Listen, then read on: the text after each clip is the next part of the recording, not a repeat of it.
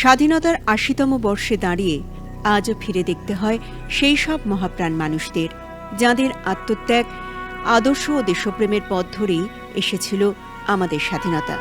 বীর সংগ্রামীদের মধ্যে এক উজ্জ্বল নক্ষত্রের নাম ঋষি অরবিন্দ। আজ তারও জন্মদিন। পরাধীন ভারতের মুক্তির স্বপ্নকে তিনি দেখেছিলেন এক গভীর আধ্যাত্মিক আদর্শের সঙ্গে। তার কলমে ছিল প্রতিবাদের আগুন, আর তার চিন্তায় ছিল এক স্বাধীন, শক্তিশালী ও আত্মনির্ভর ভারতের স্বপ্ন। স্বদেশী আন্দোলন, বন্দে মাতরম পত্রিকা এবং তাঁর তেজস্বী লেখনীর মাধ্যমে তিনি ভারতবাসীর মনে জাগিয়ে তুলেছিলেন স্বাধীনতার আকাঙ্ক্ষা।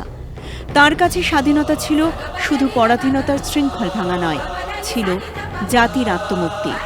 আর তাঁর এই অগ্নিময় দেশপ্রেমকে শ্রদ্ধা জানিয়ে কবিগুরু রবীন্দ্রনাথ ঠাকুর লিখেছিলেন, অরবিন্দ রবীন্দ্রের লহ নমস্কার। আরও লিখেছিলেন, দেশের সকল আশা, সকল প্রাণের আশা, তোমার চরণে আজ করিল প্রকাশ।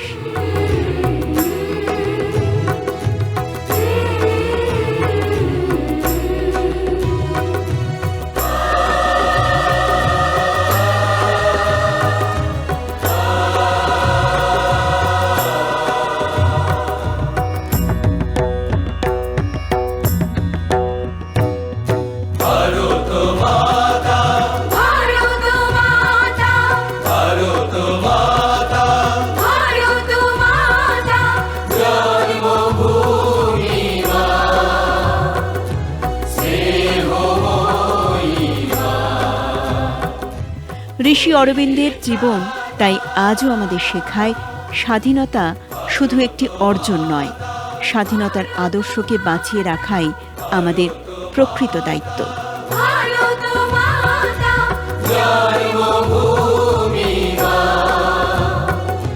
ঋষি অরবিন্দ এটা বোঝাতে চেয়েছেন যে ইংরেজদের মতে যেটা ভালো সেটা আমার ভালো নাও হতে পারে, কারণ আমাদের দেশ, আমাদের সংস্কার, আমাদের ইতিহাস, আমাদের সংস্কৃতি, আমাদের ভালো লাগা, আমাদের ভালোবাসা এবং আমাদের সব কিছু ঠিক ইংরেজদের ধারায় প্রবাহিত নয়। এবং সেই কারণেই বিভিন্ন দেশ আজও এই একবিংশ শতাব্দীতে অনেক দেশেই একই ধরনের রাস্তা, একই ধরনের বাড়ির নির্মাণ, তা সত্ত্বেও খাওয়া দাওয়া আলাদা, পছন্দ অপছন্দ আলাদা, রীতিনীতি আলাদা, চলাফেরা আলাদা। তো ঋষি অরবিন্দ এটা বোঝাতে চেয়েছেন যে প্রত্যেকটা জাতির সেই অধিকার আছে ভাবার যে আমি আমার দেশে, আমার বাড়িতে আমার মতন করে থাকব।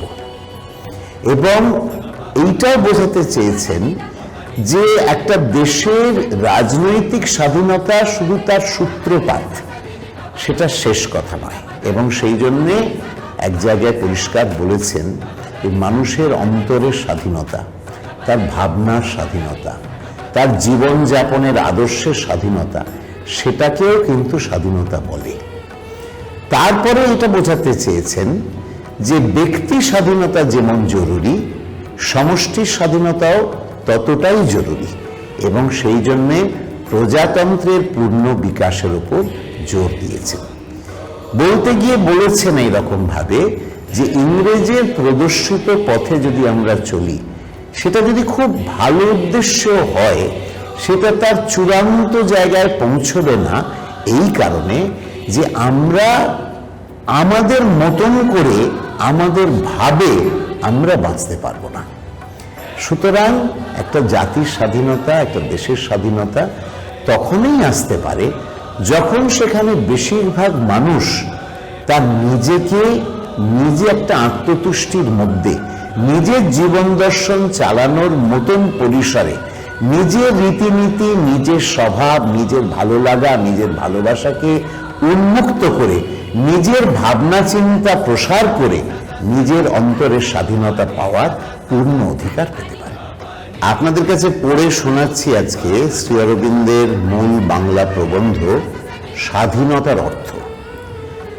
স্বাধীনতা আমাদের রাজনৈতিক চেষ্টার উদ্দেশ্য, কিন্তু স্বাধীনতা কি তাহা লইয়া মতভেদ বর্তমান। অনেকে স্বায়ত্তশাসন বলেন, অনেকে ঔপনিবেশিক স্বরাজ বলেন, অনেকে সম্পূর্ণ স্বরাজ বলেন। আর্য ঋষিগণ সম্পূর্ণ ব্যবহারিক ও আধ্যাত্মিক স্বাধীনতা এবং তৎফলস্বরূপ অক্ষুণ্ণ আনন্দকে স্বরাজ্য বলিতেন। রাজনৈতিক স্বাধীনতা স্বরাজ্যের একমাত্র অঙ্গ। তাহার দুই দিক আছে, বাহ্যিক স্বাধীনতা ও আন্তরিক স্বাধীনতা। বিদেশি শাসন হইতে সম্পূর্ণ মুক্তি বাহ্যিক স্বাধীনতা, প্রজাতন্ত্র আন্তরিক স্বাধীনতার চরম বিকাশ। যতদিন পরের শাসন বা রাজত্ব থাকে ততদিন কোনো জাতিকে স্বরাজপ্রাপ্ত স্বাধীন জাতি বলে না।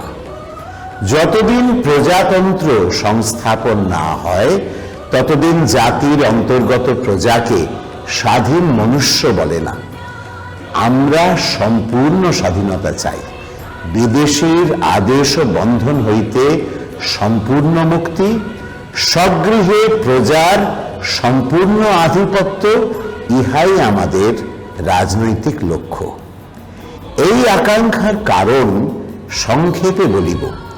জাতির পক্ষে পরাধীনতা মৃত্যুর দূত ও আজ্ঞাবাহক। স্বাধীনতারই জীবন রক্ষা, স্বাধীনতাই উন্নতির সম্ভাবনা। স্বধর্ম অর্থাৎ স্বভাবনিয়ত জাতীয় কর্ম চেষ্টা জাতীয় উন্নতির একমাত্র পদ্ম। বিদেশী যদি দেশ অধিকার করিয়া অতি দয়ালু ও হিতৈষী হন, তাহা হইলেও আমাদের মস্তকে পরধর্মের ভার চাপাইতে ছাড়িবেন না। তাহার উদ্দেশ্য ভালো হোক মন্দ হোক, তাহাতে আমাদের অহিত ভিন্ন হিত হইবে না। পরের স্বভাব নিয়ত পথে অগ্রসর হইবার শক্তি ও প্রেরণা আমাদের নাই। সেই পথে গেলে আমরা অতি সুন্দর রূপে পরের অনুকরণ করিতে পারি, পরের উন্নতির লক্ষণ ও বেশভূষায় অতি দক্ষতার সহিত স্বীয় অবনতি আচ্ছাদন করিতে পারি, কিন্তু পরীক্ষাকালে আমাদের পরধর্ম সেবা সম্ভূত দুর্বলতা ও অসারতা বিকাশ পাইবে। আমরা সেই অসারতার ফলে বিনাশ প্রাপ্ত হইব।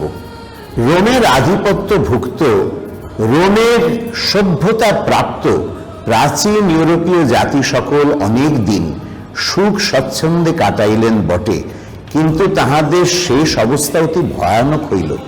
মনুষ্যত্ব বিনাশে তাহাদের যে ঘোর দুর্দশা হইল, প্রত্যেক পরাধীনতা পরায়ণ জাতির সেই মনুষ্যত্ব বিনাশ ও ঘোর দুর্দশা অবশ্যম্ভাবী।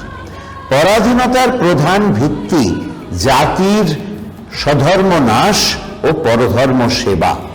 যদি পরাধীন অবস্থার স্বধর্ম রক্ষা করিতে বা পুনরুজ্জীবিত করিতে পারি, পরাধীনতার বন্ধন আপনি খসিয়া পড়িবে। ইহা অলঙ্ঘনীয় প্রাকৃতিক নিয়ম।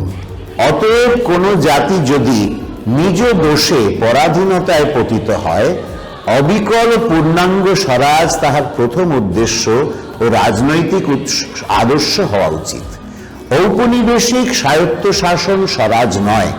তবে যদি বিনা শর্তে সম্পূর্ণ অধিকার দেওয়া হয় এবং জাতি আদর্শ ভ্রষ্ট, স্বধর্ম ভ্রষ্ট না হয়, স্বরাজের অনুকূল ও পূর্ববর্তী অবস্থা হইতে পারে বটে।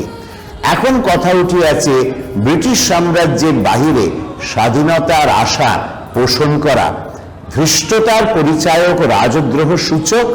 যাহারা ঔপনিবেশিক স্বায়ত্ত শাসনে সন্তুষ্ট নন, তাহারা নিশ্চয় রাজদ্রোহী, রাষ্ট্র বিপ্লবকারী ও সর্ববিধ রাজনৈতিক কার্যে বর্জনীয়। কিন্তু সেইরূপ আশা বা আদর্শের সহিত রাজদ্রোহের কোনো সম্বন্ধ নাই।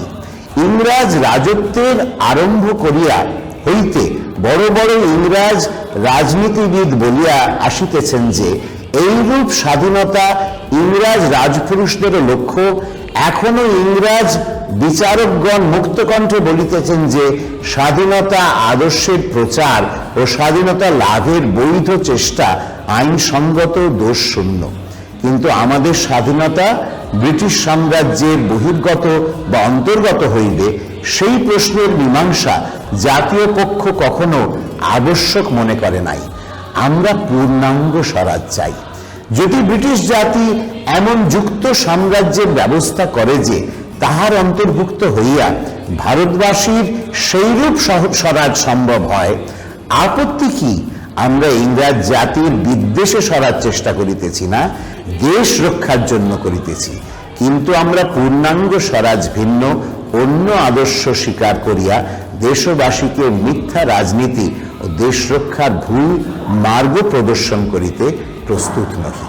এই প্রবন্ধতে ঋষি অরবিন্দ আমাদের কাছে দেখাতে চেয়েছেন যে স্বাধীনতার কি ধরনের চেহারা হতে পারে।